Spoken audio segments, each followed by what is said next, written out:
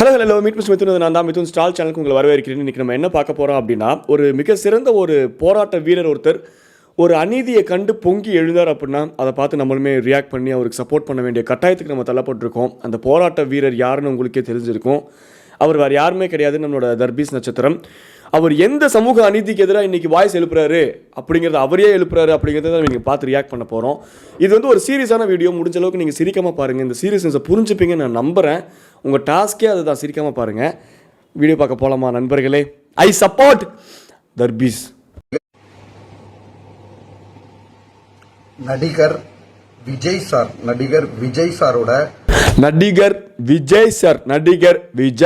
அப்படி நீங்கள் 2 time register பண்ணல அப்படின்னா இந்த கெட்டப்பை பார்த்து ஏதோ 4 பிளேன்னு சொல்லிட்டு நான் அது தப்பாக நினச்சிட்டேனே. சொல்கிறேனே, ஏதோ ஒரு யங்ஸ்டர் மைண்ட் அப்படி போயிடுச்சு, தப்பாக நினச்சிக்காதீங்கண்ணே.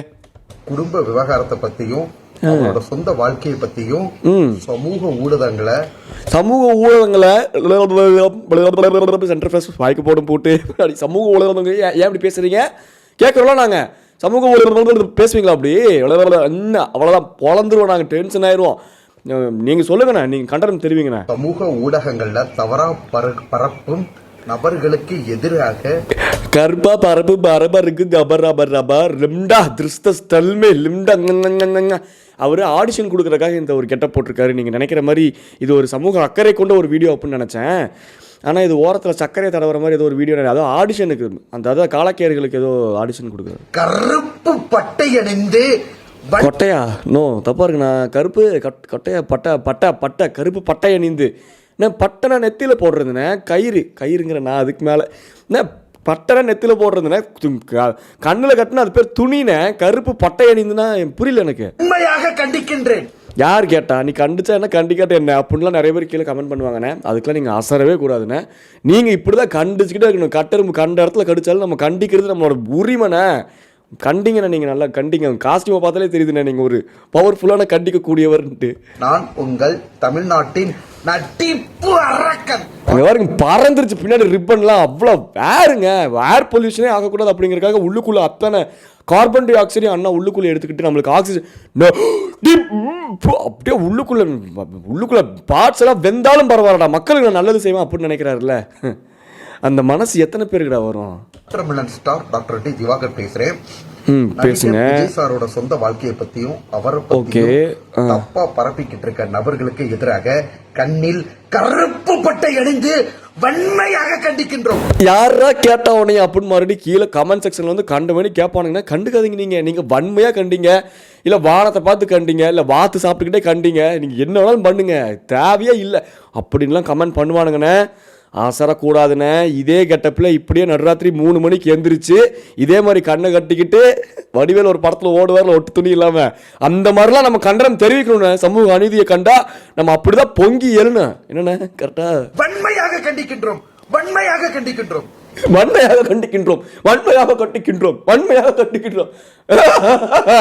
ஏதோ பக்கத்தில் ஏதோ பொம்பளை குதிரை வந்துருச்சாட்டு இருக்குது. ஆம்பளை குதிரைல மார்கழி மாதம் வரப்போகுது, ஏதோ மூடில் கீழே திரிய போகுது, கணச்சிக்கிட்டு இருக்காதிங்க அப்படித்தான் சொல்லுவேன். இன்னமும் நடிகர் விஜய் சார் பத்தின பேச்சை யாருமே நிப்பாட்டினா பாடு கிடையாது.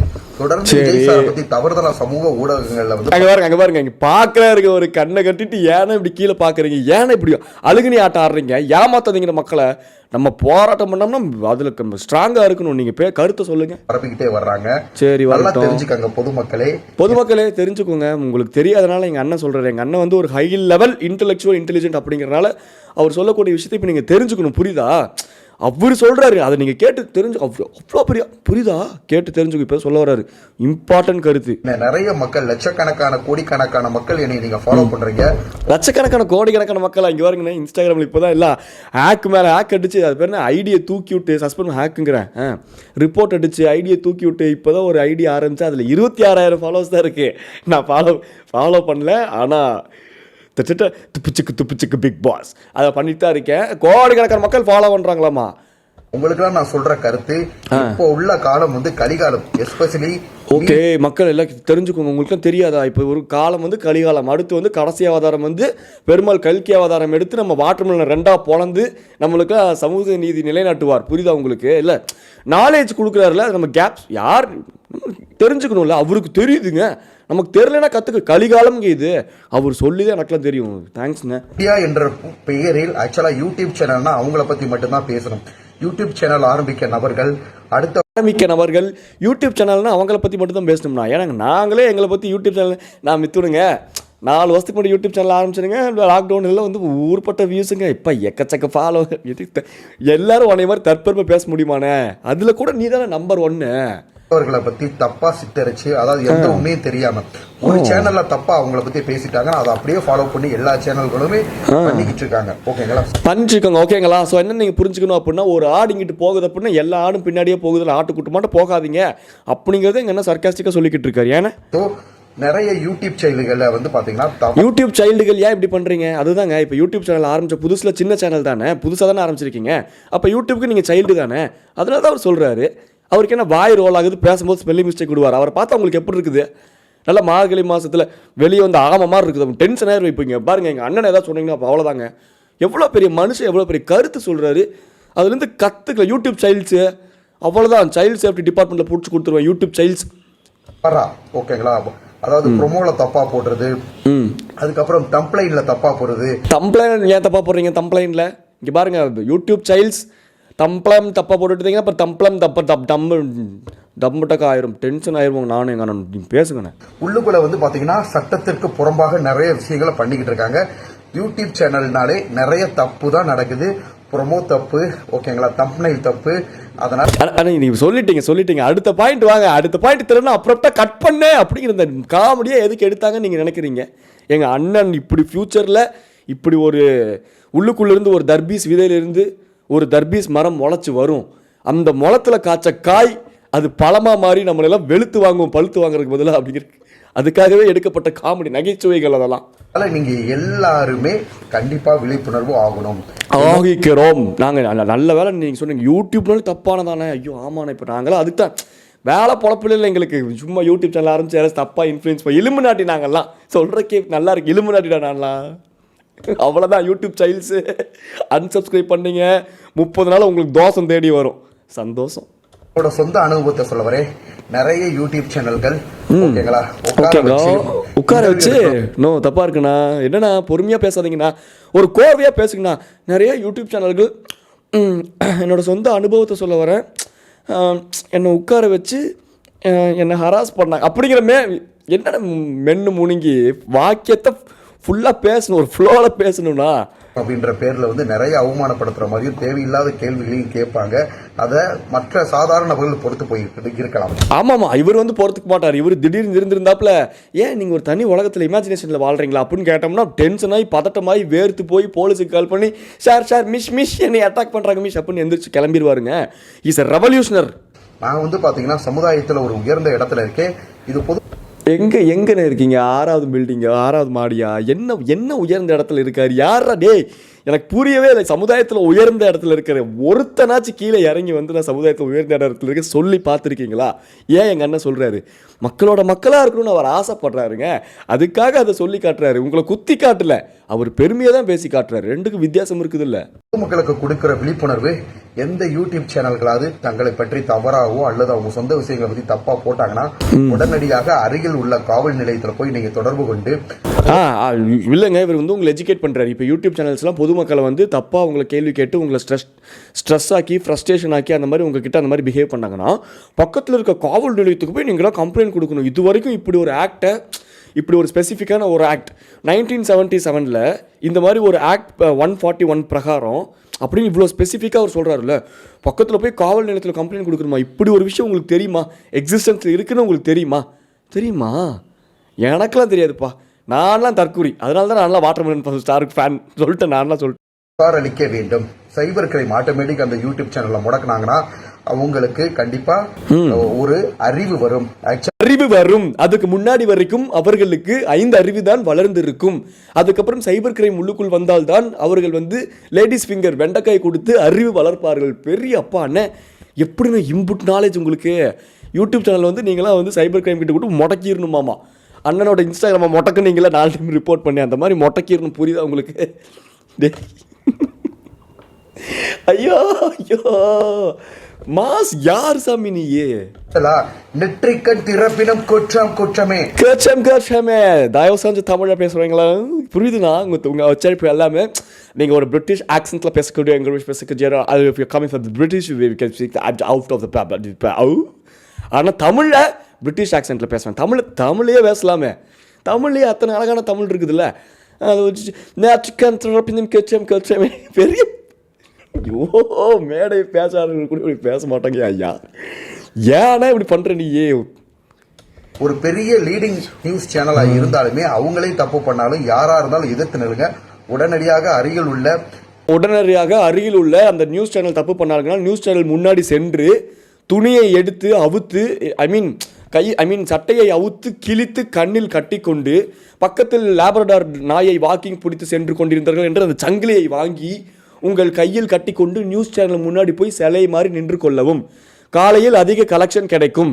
அந்த அதிக கலெக்ஷனை எடுத்துக்கொண்டு உங்கள் வீட்டுக்கு செல்லவும். அவ்வளோதான், முடிந்து விட்டது. 12 ரூபாய்க்கு ஒரு டீ கொடுத்து ஸ்ட்ரெஸ் பஸ்டர் ரிலீஸ் பண்ணிடணும். புரிஞ்சுக்கோங்க, எங்கள் அண்ணன் உங்களை எஜுகேட் பண்ண வரதை தயவு செஞ்சு.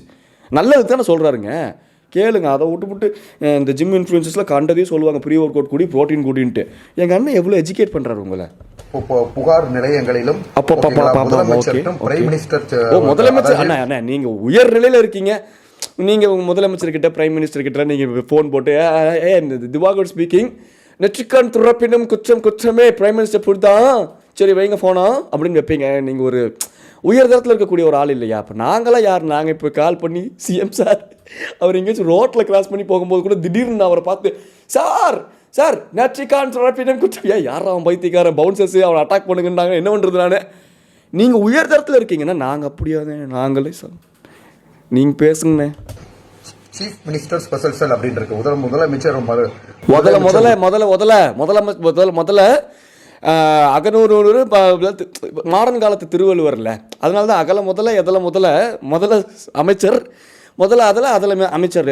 அதுதான் உதவி மையத்தில் நீங்கள் புகார் அளிக்கலாம். அறிவுள்ள காவல் நிலையத்தில் புகார்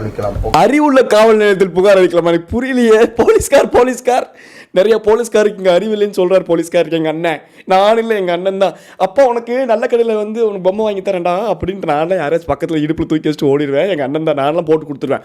பரவாயில்ல என்னென்ன அறிவு இருக்கிற போலீஸ்கார் அறிவு இல்லாத போலீஸ்காரன் டிஃபரன்ஷியேட் பண்ணிக்கிட்டு இருக்கீங்க. ஓகேங்களா? நடிகர் விஜய் சார் மீது நடிகர் விஜய் சார் மீது நீங்கள் வந்து ஒரு ஸ்டெப் எடுத்து அந்த ஒரு பிரச்சனைக்கு நீங்கள் ஒரு ஸ்டெப் எடுக்கலாம். அதுக்கு முன்னாடி நீங்கள் எடுக்க வேண்டிய ஒரு குட்டி ஸ்டெப் இருக்குது. உங்கள் நெஞ்சு பக்கத்தில் எப்படி உங்கள் சட்டை கவர் பண்ணியிருக்கோ, ஆனால் கீழே உங்கள் தொப்பை அந்த சைடில் கொஞ்சம் சொல்கிறேன். அது க்யூட்டாக இருக்கிறனால வெளியே எட்டி பார்க்குது, ப்ரீத்திங் ஸ்பேஸ் கேட்குது, உள்ளுக்குள்ளே மூச்சு முட்டுறனால இவருங்க மூடி வைத்த காட்டு பண்ணி மூச்சு முட்டுதென்று விடுமா அந்த மாதிரி உங்களெல்லாம் வர்ணிச்சு அப்புறம் பொண்ணுங்களாம் பாட்டு எழுதுவாங்க. நீங்கள் வேற ஒரு யங்ஸ்டரு த்ரிஷா மாதிரி ஒருத்தங்களே வேண்டான்னு ரிஜெக்ட் பண்ணக்கூடிய ஒரு ஆள். புரிஞ்சுக்கோங்கண்ணே, க்யூட்னஸ் ஓவர்லோடு ஒரு அக்கறையில் தான் தம்பி சொல்கிறேன். குடும்ப விஷயம் என்னன்றது யாருக்குமே தெரியாது. அவரோட சொந்த விஷயத்தை பத்தி அவரை பத்தியும் தொடர்ந்து வந்து தப்பா பதிவிட்டு வர்றாங்க. சரி விஜயே அதை கண்டுக்கலைங்க. அவரே அடுத்த நாள் மறுபடியும் திருசா கூட தான் ஏதோ கல்யாணத்துக்குள்ள அட்டன் பண்ணிட்டு ஜாலியாக சுத்திட்டு இருக்காரு.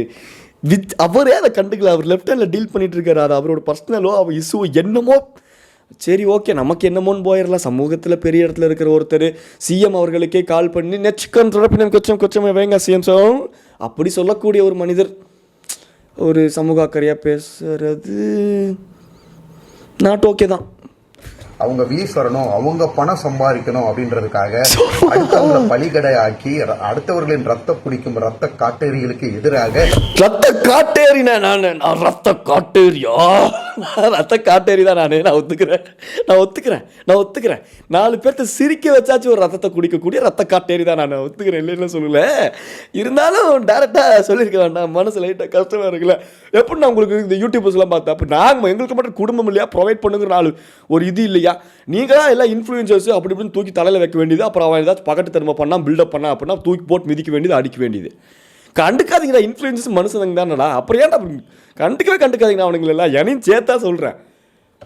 கருப்பு பட்டை அணிந்து கருப்பு கொட்டை பட்டெல்லாம் கேட்கல டென்ஷன் ஆகுது. காது பக்கத்தில் வந்து கர்ரு உர்ரு டர்ரு புர்ருன்ட்டு காலங்காத்தால டென்ஷன். இப்போதாங்க எந்திரிச்சேன், கொஞ்சம் கிரம்பியா இருக்கேனா, அதனால டக்கு டென்ஷன் ஆயிட்டேன் நான். விலங்கு மூட்டி இதை வன்மையாக கண்டிக்கின்றோம். நடிகைகளோ ஒரு சமுதாயத்துல ஃபேமஸ் ஆயிட்டாங்க, அதாவது முகம் தெரிஞ்ச நபர்களாக ஆயிட்டாங்க அப்படின்னு ஒரு காரணத்துக்காக ஏங்க எல்லாரும் இப்படி பண்றீங்க? 2-3 காரணம் இருந்துச்சுன்னா நீங்க அவங்களை தூக்கி போட்டு அடிக்கலாம். சும்மா ஒரு காரணத்துக்கு அடிக்கலாமா? ஒரு சமூக நியதி வேண்டாம், மனசாட்சிங்கிறது உங்களுக்குலாம் வேண்டாம்.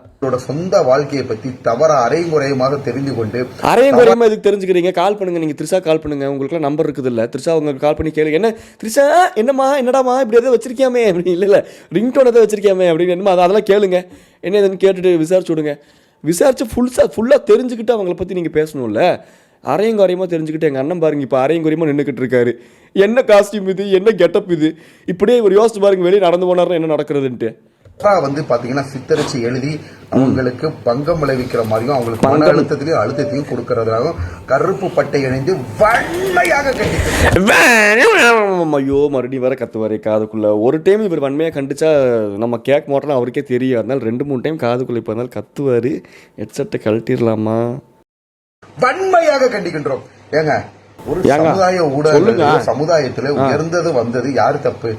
கடவுள் கொடுத்த ஒரு பப்ளிசிட்டி. விஜய் சார் 50 கடவுள் கொடுத்த பப்ளிசிட்டிங்க. அவர் காலங்காத்தால எந்திரிச்சு யாரு திவாகர் பப்ளிசிட்டி கொடு, யாரு இங்க கேது பகவானா திவாகர் பப்ளிசிட்டி கொடுங்க போய் பப்ளிசிட்டி அப்படின்னு கடவுள் காலங்காத்தால எந்திரிச்சு அப்பாயின்மெண்ட் போட்டு கீழே அவர் அப்படி கொடுக்குற ஒரு அப்பாயின்மெண்ட், அதை போய் நீங்க தப்பா இது பண்ணிக்கிட்டு அவங்களை திட்டிக்கிட்டு வன்மத்தை கக்கிக்கிட்டு மூஞ்சில இந்த லைட்டு வேற காலங்காத்தால நீங்க இப்படியே என்னைய பாருங்க நார்மலாவே.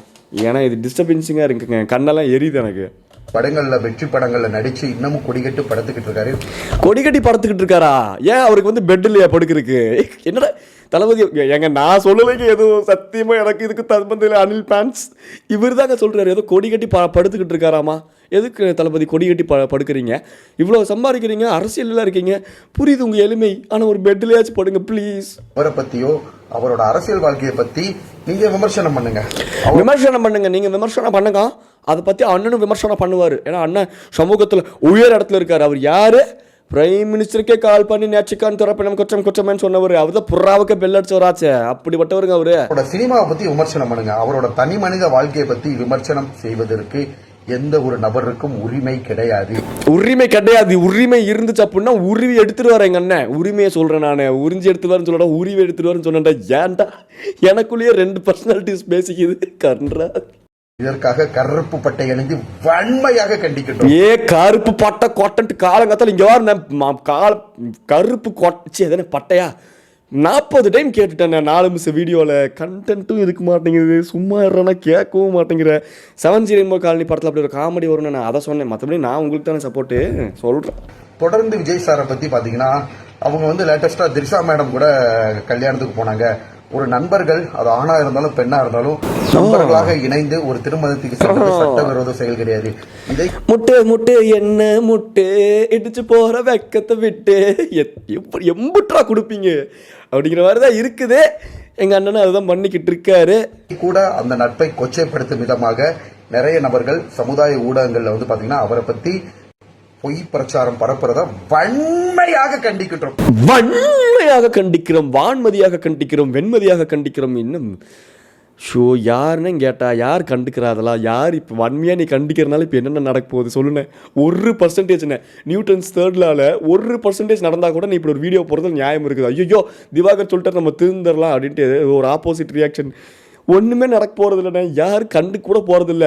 மிஞ்சி போனால் இதில் எனக்கு தெரிஞ்சு ஒரே ஒரு விஷயம் வெளியே வந்திருக்கு. என்ன வெளியே வந்திருக்குன்னா அது உங்கள் தொப்பை தான். அதையும் நீங்கள் சட்டையை கீழே இழுத்து விடணும். ஏன்னா நீங்கள் சிம்ரன் மாதிரி க்யூட்டாக இருக்கிறனால பொண்ணுங்களும் அப்புறம் அங்கே தான் கான்சென்ட்ரேட் பண்ணுவாங்க சொல்லிட்டேன். நான் திருப்பி சொல்ல வரேன், எந்த ஒரு யூடியூப் சேனல்களும் சரி, வளர்ந்து வர்ற இளைஞர்களை நான் உங்களை இன்டர்வியூ எடுக்கிறேன், நீங்க வாங்க, நீங்க ஃபேமஸ் ஆகலாம், அதுக்காக நீங்க தப்பான கண்டென்ட் பேசுங்க, காசு கொடுக்குறேன்னு சொன்னா வளர்ந்து வர்ற இளைஞர்கள் அது வந்து ஒரிஜினல் பப்ளிசிட்டி கிடையாது. உங்களுக்கு அது கிடையாது. ஆமாமா, இப்ப அண்ணன் தான் ஒரிஜினல் பப்ளிசிட்டி வந்திருக்காருல்ல.